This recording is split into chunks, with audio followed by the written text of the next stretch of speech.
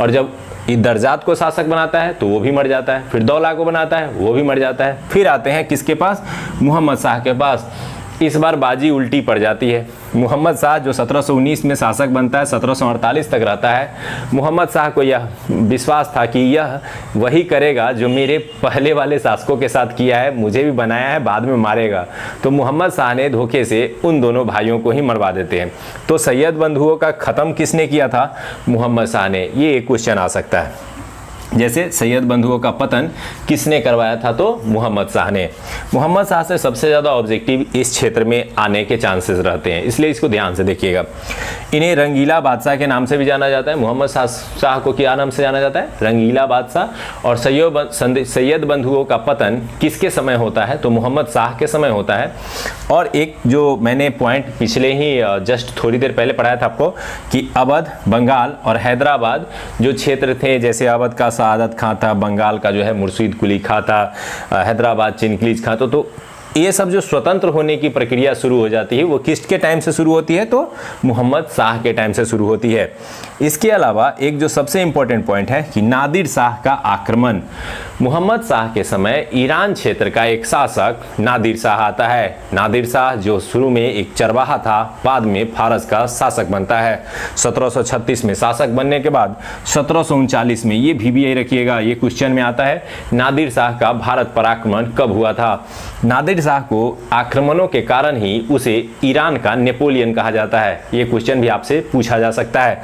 Iran के Napoleon का आक्रमण 1739 में होता है और उस समय मुगल बादशाह कौन है, मोहम्मद शाह। ये क्वेश्चन भी पूछता है कि नादिर शाह के आक्रमण के समय मुगल बादशाह कौन था, मोहम्मद शाह। मोहम्मद शाह उस समय एक कमजोर शासक के रूप में सामने आता है और मोहम्मद शाह के समय ही जो नादिर शाह है वह आक्रमण करने के बाद दिल्ली पहुंच जाता है। दिल्ली में रुकता है, लगभग 57 दिन दिल्ली में रुकने के बाद कत्लेआम मचाता है, ढेर सारे रुपए लूटता है और जाने के बाद वह लेके जाता है अपने साथ कोहिनूर हीरा, तख्ते हाउस जिसको मयूर सिंहासन के नाम से जाना जाता है, और ढेर सारे यहाँ से खजाने से रुपए।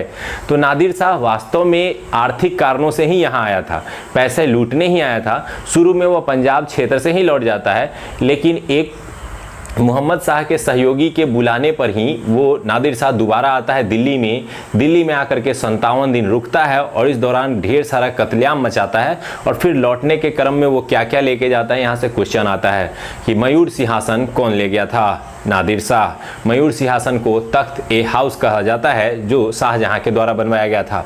इसके अलावा कोहिनूर हीरा कौन लेके जाता है, तो नादिर शाह अपने साथ कोहिनूर हीरा भी लेके चला जाता है और ढेर सारे रुपए लेके जाते हैं। यहाँ से एक दूसरा क्वेश्चन बनता है कि वह कौन सा मुगल बादशाह था जो नादिर शाह के आक्रमण के बाद अर्थात तख्ते हाउस पे अंतिम बार बैठा था। तो अंतिम बार यही बैठे थे क्योंकि इसके बाद तो वो हाउस गया। कौन लेके गया, नादिर शाह लेके गया, तो किसी के बैठने के लिए वो बचा कहाँ जो बैठेंगे। तो क्वेश्चन आसानी से आप पकड़ सकते हैं। तो चलिए इसमें फिर से एक बार रिकॉल करते हैं। मोहम्मद शाह रंगीला बादशाह, सैयद बंधुओं का पतन करने वाला। मोहम्मद शाह अवध, बंगाल और जो हैदराबाद के क्षेत्र थे किसके समय आज़ाद होने शुरू हुए, तो ये आज़ाद होने शुरू होते हैं मोहम्मद शाह के समय। और नादिर शाह का 1739 का आक्रमण किसके समय होता है, तो ये होता है मोहम्मद शाह के समय। और नादिर शाह से 2-4 ऑब्जेक्टिव, इसे ईरान का नेपोलियन कहा जाता है, तख्ते हाउस लेके जाता है, कोहिनूर हीरा लेके जाता है और ढेर सारे रुपए लेके जाता है।